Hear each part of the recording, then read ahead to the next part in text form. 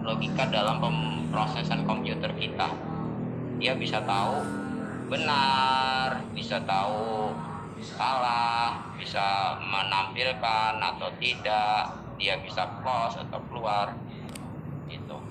Kemudian kontrol unit yang mengatur semuanya, perangkat input, perangkat output, kemudian memori, ini penyimpanan, kemudian input output ya.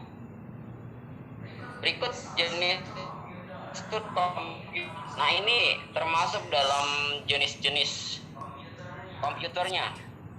MISD, MIMD, terus SISD dan komputer SIMD.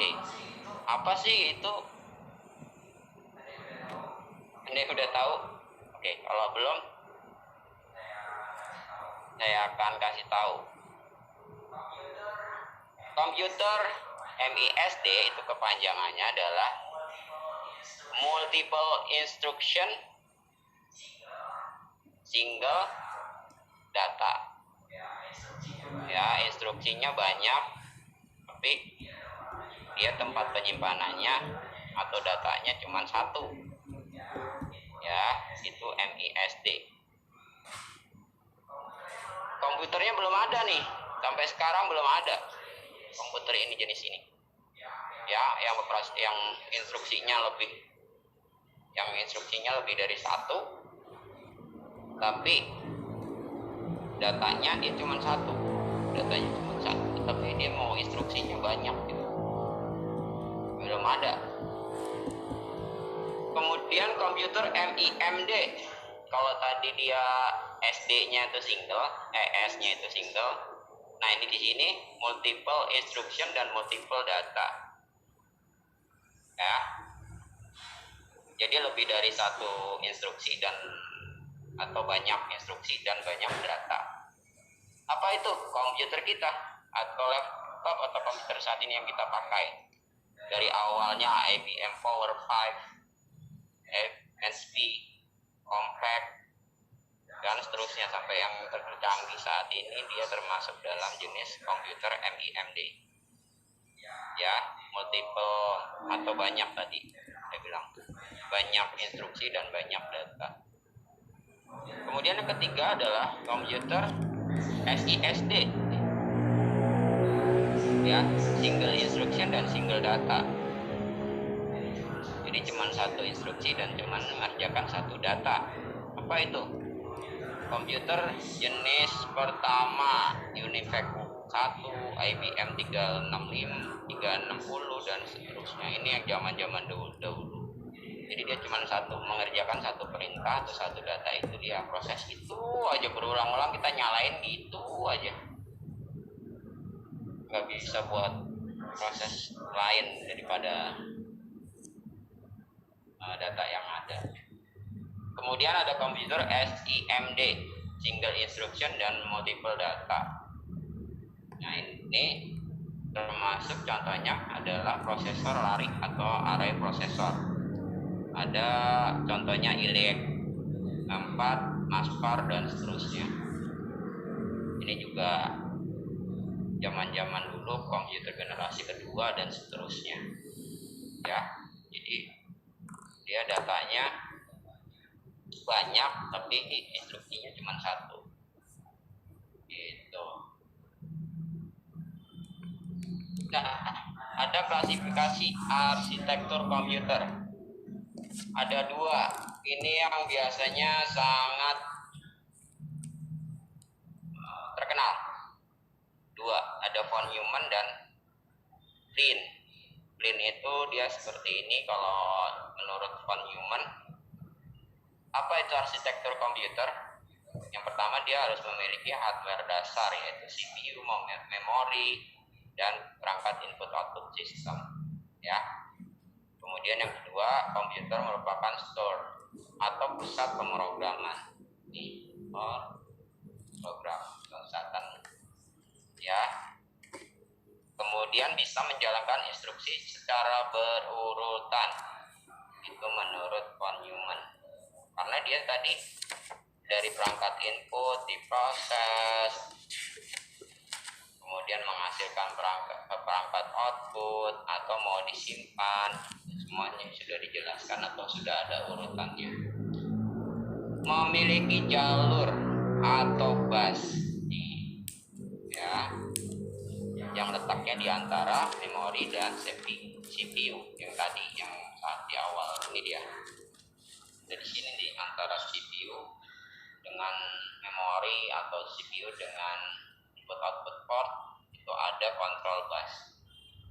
Ya, kalau misalnya digambarkan atau di komputer kita emang nggak kelihatan, tapi dia sebagai satu kesatuan dari struktur komputer kita. Ya.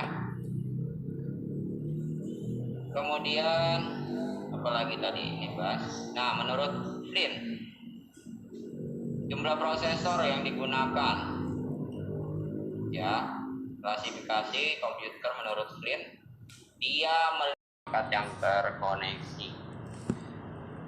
Reliabilitas itu berarti berhubungan sama semakin canggih atau enggak komputer atau laptop kita.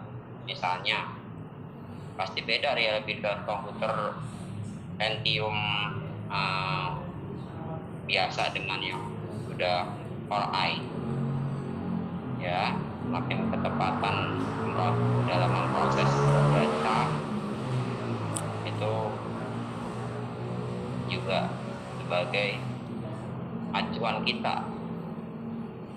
Ya, semakin canggih berarti semakin mahal. Kemudahan dalam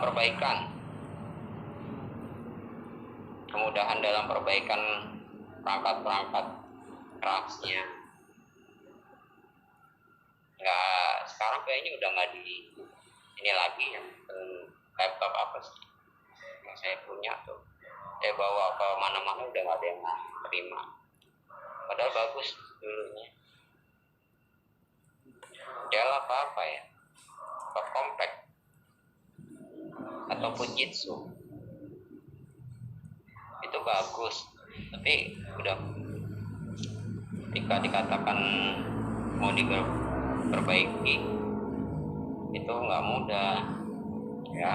Sistem konsumsi daya listrik, seberapa banyak penggunaannya, membutuhkan semakin canggih dia biasanya semakin sedikit menggunakan atau mengkonsumsi listrik, daya listrik. Berat hardware, makin kesini makin tipis, makin ringan, tapi makin kompleks. Nah, yang tadi itu kompleks itu terkait sama reliabilitas komputer canggih. Berat hardware, ya kan, makin kesini makin enteng, nggak berat, nggak seberat, tebal-tebal. Kekebalan apa nih? Kekebalan terhadap virus, ya. Coba deh kamu pakainya Windowsnya, Windows biasa dengan Windows 10 yang sekarang mungkin harus kalau kita online dia udah update sendiri otomatis virusnya dan isi yang di dalamnya juga lebih enak gitu. Udah makin kesini makin disiapkan Windows yang semakin kebal terhadap virus, walaupun memang kalau ini ya nggak bisa juga 100% terbebas dari virus ini. Keenam, interface sistem software. Interface tampilan di dalam perangkat lunak, ya, sistem perangkat lunaknya.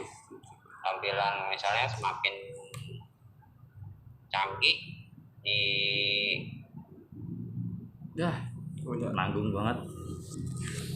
Supri, siapa tuh? Supri Pak. Supri.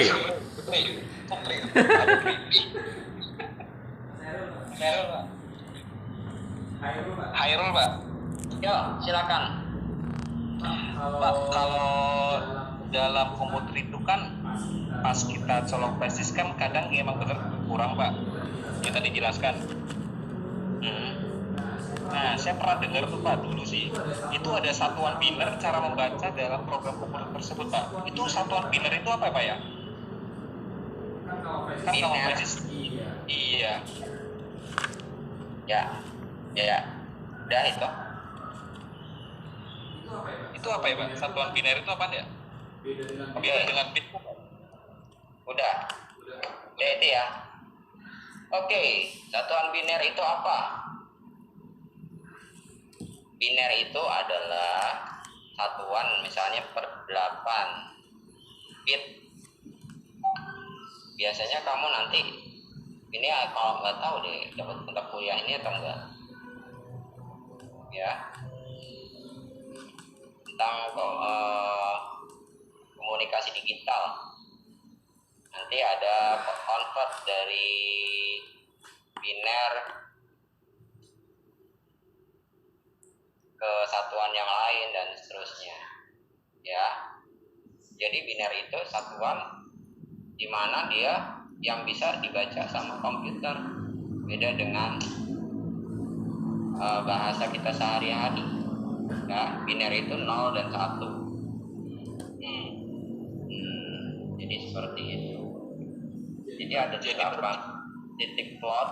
Nah itu nanti isinya 0 dan 1, 0, 1, 0, 1, 0, 1, 0, 1, 1, seterusnya. Nanti ketika dia menandakan 0, 0, 0, 0, 0, ini berarti apa? 0, 0, 0, 0, 0, terakhir 1 itu apa? Itu semua ada pengertiannya di dalam bahasa pemrograman atau di dalam sistem itu sendiri. Sistem digital mata kuliahnya ya. Nggak tahu dapat atau enggak nih nanti di pertemuan berikutnya mata kuliahnya sistem digital. Nanti bisa convert itu biner ke huruf, biner ke oktal. Oktal itu berarti, ada yang tahu nggak oktal itu berapa? Okta 8. 0,8 ya. oktal itu 8. Heksa Hexa 9. Hexa 6 ya? 6. Heksa itu 16. 16. 6 tambah 10 lah. Oh Tambahin. Bisa 16 ya. ya, jadi Mas Hairul Anam itu biner itu dia hanya nilainya 0 dan 1 ya. Oke. Gitu. Ya, baik. Baikkan dulu. Mudah-mudahan sistem digital ada ya, nanti kita bisa. Ayo silakan Hairul Anam. Pak, untuk kontrol bus itu kan dia ada jalurnya Pak ya? Ya. Itu biasa kalau paralel atau itu berapa jalur Pak? Paralel atau apa? Seri atau apa itu ya? Tadi yang saya dengar tuh ya. Kontrol bus ada bus itu yang penghubungan itu loh Pak. Yang ini? Ya itu. Jadi ada berapa jalur Pak biasanya Pak? Berapa jalur? Ya terdiri dari 2 arah ya, sebagai penerima dan sebagai penghantar. Kalau ditanya berapa jalurnya itu dia nggak terbatas, karena dia akan menyampaikan perangkat-perangkat dari perangkat input sehingga nanti dia bisa jadi disampaikan ke akhirnya itu output device gitu. Kalau dikatakan seri atau paralel, paralel berarti berarti lebih dari 1 jalur gitu. Kalau ditanyakannya 2 arah, dari dia saat mengambil kemudian dihantarkan itu address bus atau control bus. Oke, Mas Hairul Anam, terima kasih udah mau nanya. Ada lagi yang mau nanya sebelum saya lanjut ke arsitektur komputer tadi? Struktur di dalam komputer kita ada input output, ada perangkat input, ada perangkat output atau output device, ada I/O port, kemudian ada bus, Di bus itu tadi ada data, ada kontrol, ada address, kemudian ada antara data tersebut dari perangkat input output atau IO port ke mana dia, addressnya itu nanti mau kemana ya. Dalam pemrosesan tadi juga dia kan masuk tuh ya, mau disampaikan kemana perangkat ini, itu dari perangkat input output diproses kemudian mau dikemanakan data tersebut. Tuh kalau control bus yang mengatur jalur tersebut. Iya. Kalau address bus dia yang memberikan alamat kepada jalur-jalur yang tadi. Nggak bisa nyambung. Kemudian kalau data bus berarti berhubungan sama data atau jalur pertukaran datanya. Gitu. Oke, ada lagi Mas Iwan? Oh. Iya. Jadi kalau tadi masih bingung bahas itu apa jalur ya? Itu kalau Bus, bahasa itu Indonesianya bahas itu jalur. Oke. Ya sama-sama Mas Iwan. Tuh. Bagus dari pertanyaan Mas Iwan. Kalau misalnya ada yang masih bingung atau mau ditanyakan silakan. Ya, belum saya nanti lanjut. Tuh, ini masih ada. Tanya. Sementara atau volatil itu contohnya RAM dan ROM. Ya, data akan hilang ketika catu daya dimatikan atau ketika tidak ada proses lagi. Ada lagi memori yang akan tersimpan selamanya kalau nggak sampai rusak atau error, yaitu permanen atau non volatil. Apa contohnya? Contohnya yaitu hard disk, flash disk. Ya, itu contohnya. Jadi data akan tersimpan walaupun mau dia catu dayanya dimatikan dan seterusnya, dia tetap ada.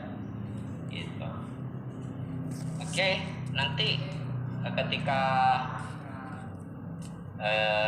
meeting time-nya habis, lanjut lagi masuk atau bagaimana? Kayak ikut suara terbanyak aja. Untuk lanjutkan yang berikutnya atau mau lihat sendiri, nanti kita itu tadi struktur ya, lupa ini struktur, ini yang tadi ini struktur. Habis itu kita bahas tentang arsitektur komputer ya, arsitektur komputer itu. Mungkin ada yang mau ditanyakan. Iya, Mas Supri. Ini Mas Supri. Suprinya aja. Nama laptopnya aja dikasih nama Supri. Ya, siapa? Maaf sebelumnya Pak, saya Wisnu. Oh, Wisnu. Tanya ini Pak, yang jawab kalau waktunya habis bisa langsung diterusin lagi. Iya, maksudnya kan nanti kita join lagi apa? Ya, join lagi Pak. Tadi kan Join lagi. Oke.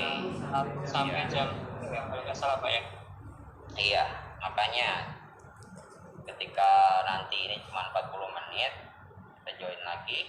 Jangan sampai nanti pas join